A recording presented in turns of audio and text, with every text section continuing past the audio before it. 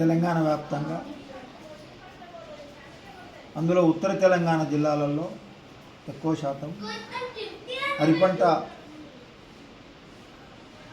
చేతికొచ్చిన వరి పంట కోసి కల్లాలైతే కేటాయించింది, కానీ ఇప్పటి వారి కాంటలు కాకుండా ఏ మిల్లుకి ఏందో ఇంకా కేటాయించకపోవడం ప్రభుత్వ నిర్లక్ష్యానికి నిదర్శనం.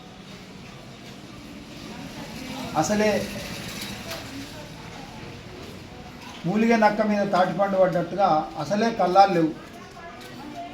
చాలా గ్రామాలలో ఐకేపీ కానీ సొసైటీ కేంద్రాలు లేక ఎక్కడో గట్టపన్న చెత్తపన్న పోసుకొని ఆరుగాలం కష్టపడి రైతులు ఎదురు చూస్తున్నారు. చాలా చోట్ల మంతిల్ లాంటిది కానీ, ధరంపూరి కానీ, జగిత్యాల కానీ, ఇటు పాలకుర్తి మండలం కానీ, ఎక్కడ కానీ చాలా చోట్ల పోద్దామంటే ఇప్పుడు వచ్చిన కళ్ళతో అటు పట్టించుకుంటూ లేరు. మళ్ళీ కోసి కళ్ళాల్లో పోతూ ఉంటే కళ్ళాలు లేకుండా కానీ రాష్ట్ర ప్రభుత్వం కానీ కలెక్టర్లకు ఆదేశాలు చేసి వచ్చిన వడ్లని వచ్చి వెంటనే కౌంటర్ పెట్టాలని మా తెలంగాణ రైతు సమస్యల సాధన సమితి ప్రభుత్వాన్ని కోరుతుంది, డిమాండ్ కూడా చేస్తుంది. ఎందుకంటే ఒకసారి నిర్లక్ష్యానికి గురైతే మనం ప్రకృతి వైపరీత్యాన్ని మనం ఆపలేము. సుడిగాళ్ళు వచ్చి ఎక్కడి అక్కడ ఇవాళ నిజామాబాద్ ఆ ప్రాంతంలో అంతా తడిసి కొట్టుకపోకుండా ఎక్కడి అక్కడ రాలుతుంది. రోడ్ల పన్న ఓడుతున్నారు, గట్ల పన్న ఓడితే కొట్టుకపోయిన సందర్భాలు మనం చూస్తున్నాం. రక్షణ లేకుండా వేయండి. మరి ఈ దేశంలో అన్నం పెట్టే అన్నదాత ఇంత నిర్లక్ష్యానికి గురైతే ఈ దేశానికి అన్నం పెట్టుడేంది, మనుషులు బతికేది ఉందని మా తెలంగాణ రైతు సమస్యల సాధన సమితి రాజకీయ అతీతంగా మేము సంఘం పెట్టి ప్రభుత్వానికి మీరు చేసే నిర్లక్ష్యానికి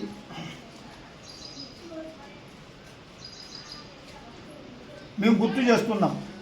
మొన్నటిదాకా బత్తాలు వెంబడి తిరిగి కేంద్ర ప్రభుత్వం బత్తాలు పంపుతలేరని ఇద్దరి మీద ఒకరు ఆరోపణ చేసుకుంటూ ఒక రాజకీయ చదరంగంలో రైతులే పాములైన, రైతులే నష్టపోయారు. కింద మీద వాడి పడిగాపులు వాచి పంటకు వచ్చితే కనీసం ఇవాళ పంట వండిని జోక్కపోయి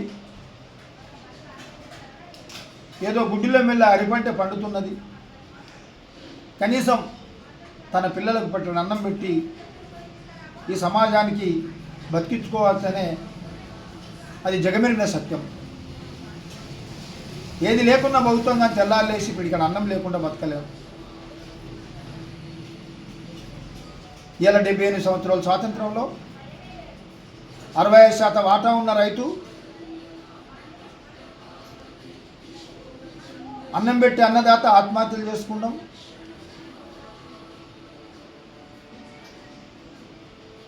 వాళ్ళకు ఇంకా గుర్తింపు లేకపోవడం, తన పండించుకున్న పంటకు తన రేటు నిర్ణయించుకోకపోవడము ఎంత దురదృష్టకరమైందో, ఎంత నిర్లక్ష్యానికి గురవుతున్నారో రైతుంది చూడండి. ఒక పెన్ను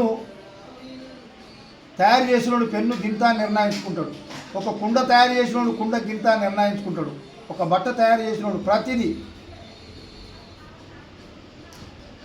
తన నిర్ణయం చేసుకొని డిమాండ్గా అమ్ముకుంటాడు. ప్రకృతి వైపరీత్యాలకు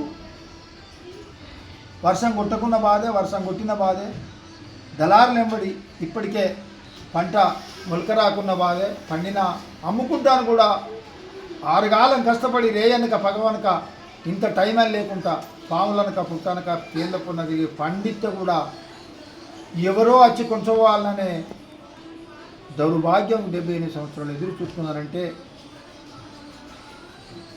మనము రైతాంగాన్ని ఏ పార్టీగా చూస్తున్నామో మాటల్లోనే కొలమానం తప్ప చేతల్లో కొలమానం ఏమీ లేదని మా తెలంగాణ రైతు సంవత్సరం 2014 స్థాపించి అనేకమైన సందర్భాల్లో ఇది రుజువు అయిపోయింది, కనబడుతుంది వాళ్ళ జీవన విధానం. నిజంగా తెలంగాణ వ్యాప్తంగా మీరు వెంటనే మేము 2017 ప్రతి గ్రామానికి ఐకేపీ కేంద్రము స్థాపించాలి. అక్కడ ఆ గ్రామానికి ఎంత పంట పండుతున్నది, ఎన్ని గోదాములు కావాలి, ఎంత కళ్ళం కావాలి, ఎన్ని షెడ్లు కావాలని ఒక కొలామన చేసి రైతుని మీరు బతికించుకున్నాకనే ఇంకా మిగతా దానికి పోండయా. నిజంగా మీరు భారతదేశంలో కానీ ప్రపంచంలో కానీ మీరు ఒక మోడల్గా తయారవుతారు. కల్లాలు లేని గ్రామం ఉండద్దు, గోదాము లేని గ్రామం ఉండద్దు, షెడ్లు లేని గ్రామం ఉండద్దు. మనము ఆ షెడ్లలో నిల్వ చేసుకొని ఎప్పుడు వీలు పడితే అప్పుడు, ఎక్కడికి వీలు పడితే ప్రపంచంలో ఎక్కడికి వీలు పడితే అక్కడికి మనం పంపచ్చు. మనకు ఒక రక్షణ ఉంటే, నిల్చుంటే నీడు ఉంటే మనకెంతో ధైర్యాన్ని ఇస్తుంది. ఏ పంట పండిస్తుందని ముందుకొస్తారు రైతు అని చాలా సందర్భాల్లో పాలకుని గుర్తు చేసినాం, ఇంకా గుర్తు చేస్తూనే ఉన్నాం. ఇంకా ముందు ముందు కూడా మేము రైతాంగాన్ని ఏకం చేసి ఈ షెడ్ల కార్యక్రమం, కల్లాల కార్యక్రమం, గోదాల కార్యక్రమం కట్టేదాకా కూడా పోరాడతామని. ప్రస్తుతం అయితే రాష్ట్ర ప్రభుత్వానికి ఒక ఆదేశాలు చేయండి.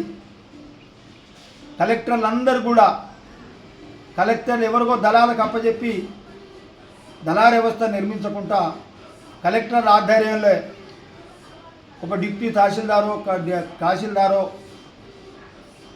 మీరు కొనుగోలు చేయాలని, ప్రతి మండలానికి ఒక స్పెషల్ ఆఫీసర్ నిర్మించాలని, తోడేలు కదా గొర్రెనప్ప చెప్పినట్టు అప్పచ్చి దళారుల వ్యవస్థ అవుతుంది. మీరు ఐకేపీ కేంద్రం గంతే ఉన్నది, మహిళా కేంద్రం గంతే ఉన్నది, సొసైటీ కూడా గంతే ఉన్నది. వాళ్ళ బాగా నిర్లక్ష్యానికి అవుతుంది. మనం మరి రైతాంగాన్ని అన్నం పెట్టి అన్నదాత నిర్లక్ష్యం చేస్తే ఈ చరిత్ర మళ్ళా క్షమించదు. కాంగ్రెస్ అయి గుడ్డిలో మెల్లగా కొంత రైతుకైతే పోయిన సంవత్సరం కొంత అంతకుముందున్న కటింగ్ లేదు, మీరు మళ్ళీ కటింగ్ లేకుండా తీసుకోవాలని ఏ మాట కామాట చెప్పుకోవాలంటే మరి ఇంత నిర్లక్ష్యాన్ని మీరు ఎందుకు చేస్తున్నారో నేను అడుగుతున్నాను. మీరు చేయవలసిన వాళ్ళు, మీరు రాజ్యాంగం పదవిలో ఎన్నికైన వాళ్ళు, రైతాంగాన్ని కాపాడవలసిన బాధ్యత మీ మీదనే ఉన్నది. తెలంగాణ రైతు సంవత్సర సాధన సమితి కేబినెట్ మినిస్టర్లకు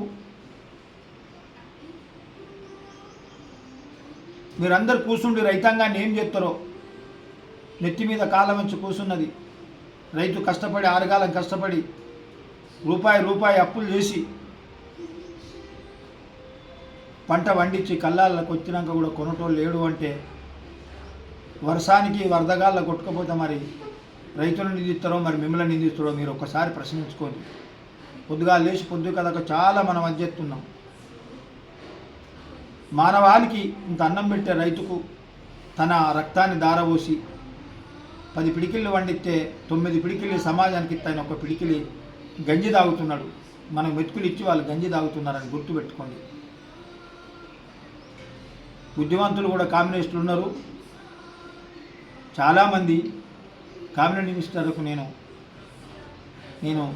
రైతు సంఘం నుంచి నేను రిక్వెస్ట్ చేస్తున్నా, డిమాండ్ చేస్తున్నా, మీరు ఈ 2-3 రోజుల రేపు ఎల్లుండి చాలా కల్లాలల్లా తెలంగాణ వ్యాప్తంగా మీకు తెలియనిదేం కాదు, వెంటనే కలెక్టర్లు ఆదేశం చేసి కలెక్టర్ల ఆధ్వర్యంలో అడ్ల పంటను కొనుగోలు చేయాలని, అది చేయకుంటే మాత్రం మన రైతు 65% వాటా ఈ ఆర్థిక వ్యవస్థలో మొత్తం మీరు 20% కూడా 10% కూడా బడ్జెట్లో కేటాయిస్తలేదు. తన పండించిన పంటకు కొనుగోలు చేయాల్సిన బాధ్యత మీరు ఉన్నది. మీరు వెంటనే ఆ పని చేయాలని, ఎక్కడికక్కడ కల్లాలు కూడా నిర్మాణం చేయాలని, కనీసం ఈ పంటను వెంటనే ఆదేశాలు చేస్తారని ఈ సందర్భంగా రాష్ట్ర ప్రభుత్వం బాధ్యతగా మా రైతు సంఘం మీకు ఒక్కసారి గుర్తు చేస్తూ ఈ మీడియా ముందు మేము మాట్లాడి మీకు అందరికీ కూడా చెప్తూ ముగిస్తుంది.